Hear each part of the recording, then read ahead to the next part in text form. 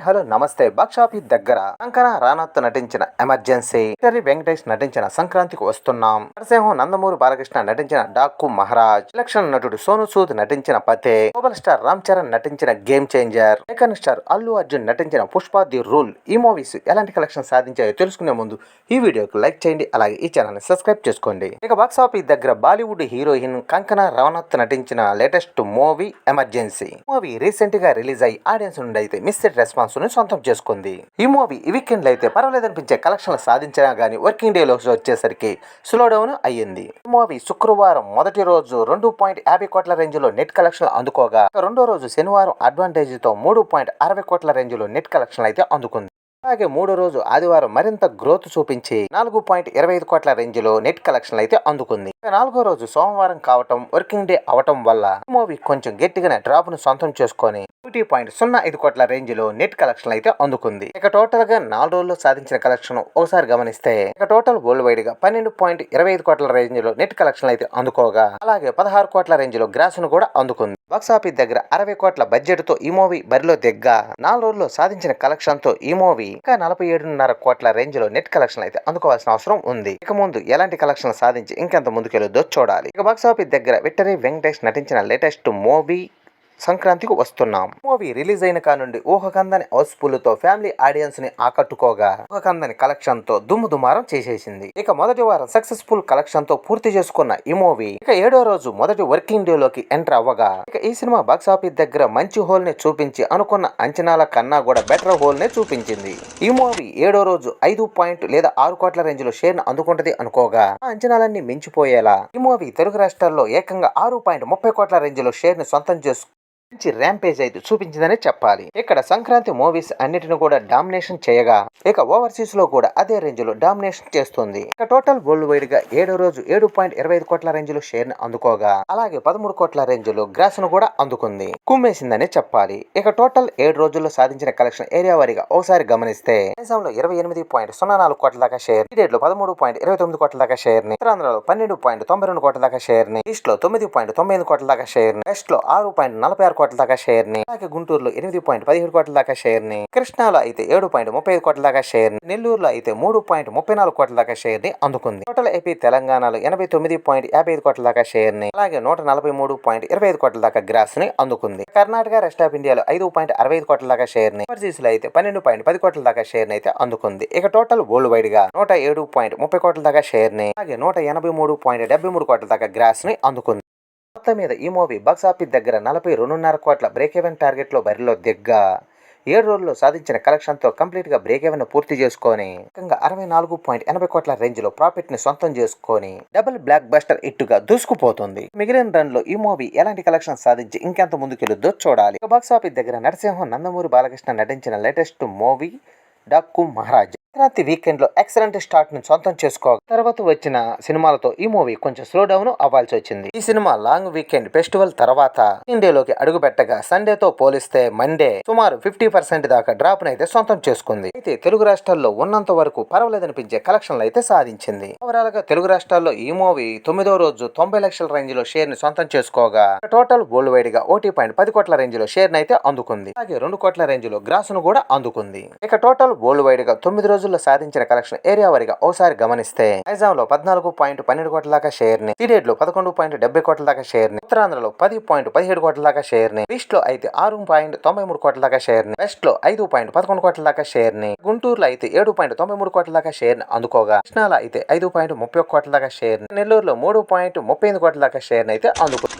Total AP తెలంగాణలో 64.65 కోట్ల దాకా షేర్ ని, అలాగే 100.25 కోట్ల దాకా గ్రాస్ ని అందుకుంది. కర్ణాటక, రెస్ట్ ఆఫ్ ఇండియాలో 3.8 కోట్ల దాకా షేర్ ని, ఇక ఓవర్సీస్ లో అయితే 7.87 కోట్ల దాకా షేర్ ని అందుకుంది. ఇక టోటల్ వరల్డ్ వైడ్ గా 76.40 కోట్ల దాకా షేర్ ని, అలాగే 125.50 కోట్ల దాకా గ్రాస్ ని అందుకుంది. మొత్తం మీద ఈ సినిమా బాక్సాఫీస్ దగ్గర 82 కోట్ల బ్రేక్ ఈవెన్ టార్గెట్ లో బరిలో దిగ్గా, 9 రోజుల్లో సాధించిన కలెక్షన్స్ కాకుండా ఈ మూవీ కంప్లీట్ గా బ్రేక్ ఈవెన్ అవ్వాలంటే ఇంకా 5.60 కోట్ల రేంజ్ లో షేర్ ని అయితే అందుకోవాల్సిన అవసరం ఉంది. రెండో వారంలో ఉన్న ఈ మూవీ ఈ మార్కును అందుకుంటుందో లేదో చూడాలి. ఇక బాక్సాఫీస్ దగ్గర విలక్షణ నటుడు సోను సూద్ నటించిన పతే మూవీ రీసెంట్ గా రిలీజ్ అయ్యి ఆడియన్స్ ముందు మిస్ టాక్ అయితే సొంతం చేసుకుంది. ఈ మూవీ బాక్సాఫీస్ దగ్గర 11 రోజుల్లో సాధించిన కలెక్షన్ రోజువారీగా ఓసారి గమనిస్తే మూవీ మొదటి రోజు 2.61 కోట్ల రేంజ్ లో నెట్ కలెక్షన్ అందుకోగా ఇక రెండో రోజు 2 కోట్ల రేంజ్ లో నెట్ కలెక్షన్లే అందుకుంది. ఇక మూడో రోజు సండే అడ్వాంటేజ్ ఉన్నా గానీ ఈ మూవీ పెద్దగా జోరు చూపించలేక 2 కోట్ల రేంజ్ లోనే నెట్ కలెక్షన్లు అయితే అందుకుంది. నాలుగో రోజు వర్కింగ్ డే లోకి అడుగు పెట్టగా 75 లక్షల రేంజ్ లో నెట్ కలెక్షన్లు అందుకోగా